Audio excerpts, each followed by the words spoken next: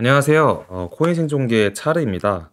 오늘 영상은 아마 제목이 코인 생존기의 정체라고 해서 올라갈 것 같은데, 저희가 벌써 유튜브를 시작한 지 21년 10월, 11월에 시작했으니까 2년이 되어 가는 것 같아요. 2년 동안 많은 악플과 선플 뭐 그런 것들을 달렸던 것 같은데, 저희에 대해서 얘기를 좀 해볼까 해요. 일단 저희 채널에 지금 목소리를 내고 있는 저는 차르라는 닉네임을 사용하고 있고, 저는 17년 3, 4월 달에 코인을 시작을 해서 18년 1월 달에 SBS 스페셜에 나왔고, MBC 실화탐사대 해미넴 편에도 사실 나왔던 사람입니다.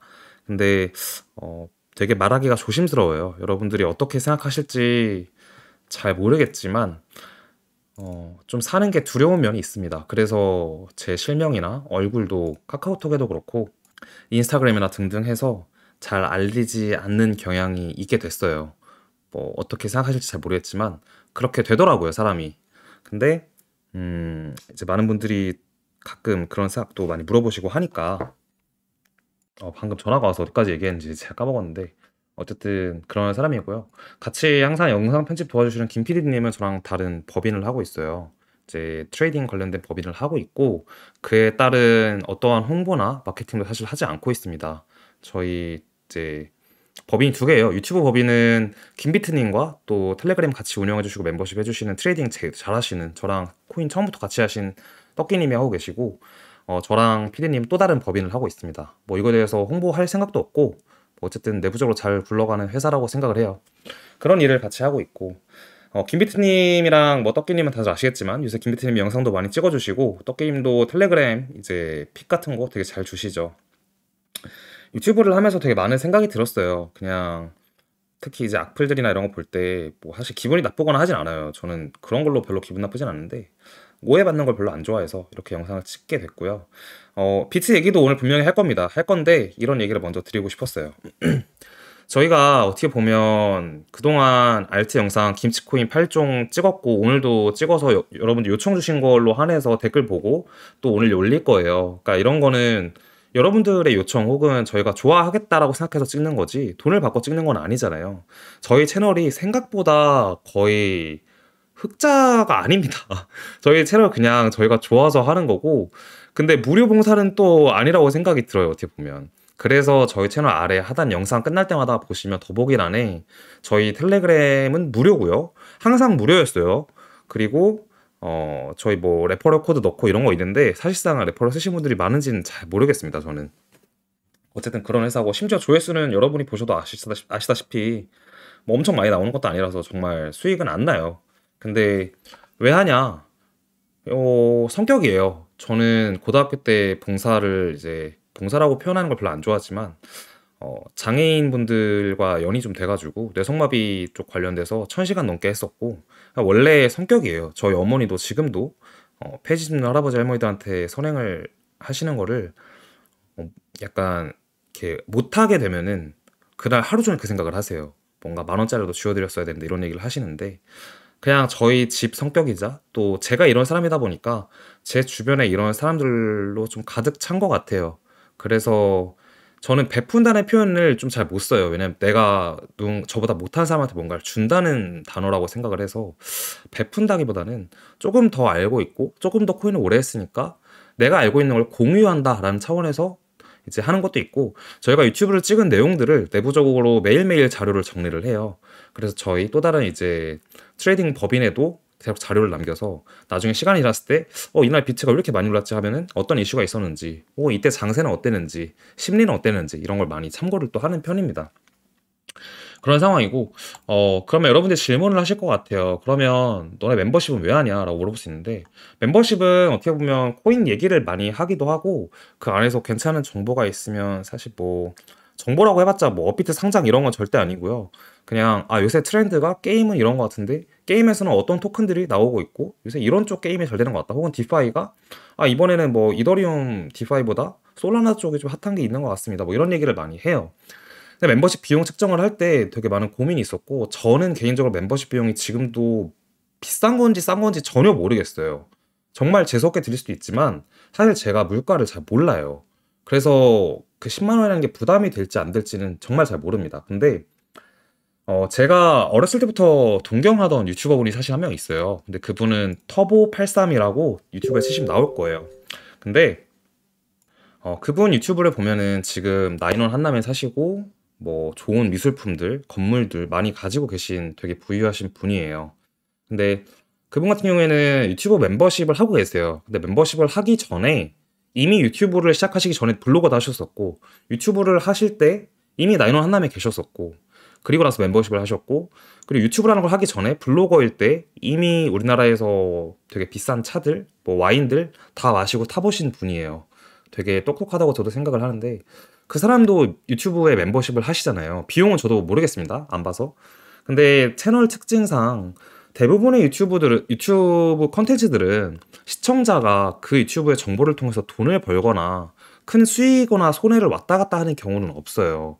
근데 저희 채널 같은 경우는 아무래도 코인이라는 특징이 가지고 있고 트레이딩을 또 하시는 분들이 많다 보니까 유튜브 안에서 저희의 정보를 이용해서 손해를 뭐 볼 수도 있겠지만 손해를 볼지는 모르겠어요, 저는. 근데 수익은 낼 수 있을 것 같아요. 그래서 멤버십을 통한 이제 가격을 책정했을 때 어쨌든 우리가 다루는 것 자체가 트레이딩을 하고 어떠한 시장의 정보를 주는 거다 보니 너무 싸도 안 되고 너무 비싸도 안 된다라고 생각을 해서 나름 책정한 가격입니다. 그래서 여러분들이 좀 오해가 있으실 수 있는데 변명 아닌 변명을 이렇게 하고 싶었어요. 뭐 어떻게 보면은 홍보일 수도 있겠네요. 뭐 유튜브 멤버십이 많이 늘어나면 좋죠. 그만큼 나를 사랑해주는 사람한테 뭔가를 조금이라도 더 주려고 하는 거는 당연하다고 저는 생각이 듭니다. 그래서 아무래도 멤버십 분들한테 더 뭔가 챙기려고 하고 멤버십 영상도 따로 찍고 김비트님도 찍게 되고 떡기님도 멤버십 분들이 뭐 이거 차트 어때요 하면 봐주시는 경향도 있고 솔직히 그런 것 같습니다. 그렇고 이런 마음으로 유튜브를 하고 있고 저희는 이러한 사람들로 구성이 되어 있다 이런 거를 찍었어야 되는데 2년이 지난 지금이서야 찍게 됐습니다. 자, 비트를 그러면 잠깐 볼게요. 오늘 뉴스나 이런 건 별로 없는 것 같고 실제로 뉴스에 의해서 시장이 많이 좌지우지 된 건 아닌 것 같아요.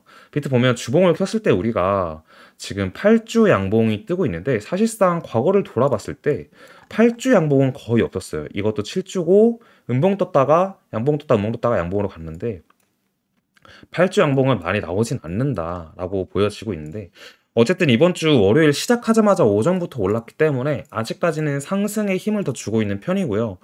위에 있었던 38K 또한 확실하게 뚫어주면서 주말에 올랐잖아요. 사실 주말에 오르는 경우는 CME 갭이 생기기 때문에 둘 중 하나예요.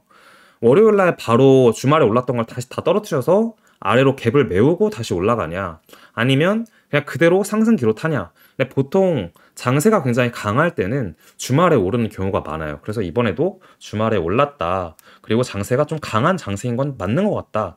이런 식으로 해석을 해야 될 것 같고 저희가 이 48K를 본 거는 근 1년이 넘었습니다. 이 48K까지가 우리는 반등장의 끝이다. 많이 가면은 여기 부근 51K에서 52K 사이까지 볼 수는 있으나 일단 우리의 목표값은 48K다 라고 말씀을 드리고 있어요. 근데 매도는 가능하면 42K부터 분할로 매도를 할 예정입니다. 이건 저희의 생각이고요. 지표도 보시면 RSI 상에서 일봉이 80을 넘어가면은 보통 쭉쭉 올랐다가 조정을 받는 경향이 있고 혹은 하락으로 이어지는 경향이 있습니다. 근데 RSI 상으로 지금 이제 80을 아직 넘지도 않았어요. 가고 있어요. 4시간 같으면은 4시간에서는 80을 넘는 경우가 간혹 있습니다. 80을 4시간에서 확실히 넘어준다면 지금 복 마감이 되고 5시에 새로운 4시간 봉이 생길 텐데 그때 80 위에 있으면 추가적인 강세장으로 이어질 수 있다는 점을 우리는 기억하고 있는 게 좋아 보입니다. 여기서도 마찬가지고 4시간 RSI 80 위에서 지속적으로 놀아준다면 이러한 상황처럼 추가 강세장으로 갈 수 있다. 어쨌든 지금 드리고 싶은 말은 저희 채널에서 하락장을 본 게 정확히 21년 12월부터였는데 그때 이후로 사실상 12월 달에는 루나가 터질 줄도 몰랐고 FTX가 터질 줄도 몰랐는데 12월 이후로 6개월 이후에 루나 사태가 있었고 그 다음에 FTX 사태가 11월 달에 있으면서 2022년 12월에 저점을 15,000달러 부근에서 찍게 돼요. 자, 그러면 우리는 그 사건을 알았냐? 사실 몰랐잖아요. 모르는데 하락장이 왔고 저점 이후에 ETF가 얘기가 나올 줄도 몰랐는데 어쨌든 ETF 얘기가 나오면서 지금까지 장세를 끌고 온 건 사실이에요. 따라서 차트와 캔들을 기준으로 우리가 차트 본다고 했을 때 어떤 이슈가 있기 전에 하락과 상승에 대한 얘기를 했잖아요. 따라서 우리는 그거를 너무 많이 깊게 생각하지 않고 일단 42K부터 분할적으로 매도 접근에 다가갈 것이다. 이런 말을 좀 남겨드리고 싶었어요. 뭐 48K까지 보고 있는 건 맞지만 분할 매도는 항상 중요하다고 생각을 하고 매수는 기술이지만 매도는 예술의 영역이라서 추가 상승이 더 있을 수도 있어요. 하지만 그거는 그때 가서 저희 어차피 영상을 계속 찍으니까 또 남겨드리도록 할 거예요. 일단 지금 장세는 비트 위주로 흘러가는 건 여러분들 아시죠? 근데 이번 장의 마지막은 개인적인 생각이지만 이더나 리플이지 않을까라는 생각이 듭니다. 리플이 이때 오르고 나서 비트도 하락으로 접어들었기 때문에 이번에도 마찬가지로 약간 이때 리플인데 비트가 마지막을 가리킨다는 거는 리플에 큰 상승이 있지 않을까라는 생각이 듭니다. 근데 이건 첨언인데 오늘의 비트 이번 주의 상승은 아마 상승이 이대로 이어간다면 주봉 시작이 39,972잖아요, 시작이. 근데 여기서 10% 이상을 쏴야 된다. 고각도로 올라가야 된다. 뭐 지난 금요일에 했던 얘기랑 똑같아요. 지난 금요일에 이거 얘기하면서 위로 고각으로 쏴야 된다는 얘기를 했는데 장세 이어서 고각으로 가야 된다. 그 얘기에는 변함이 없습니다. 영상 여기까지 하고 연말이라 이런 얘기 했으니까 그냥 들어주시면 감사할 것 같습니다. 감사합니다.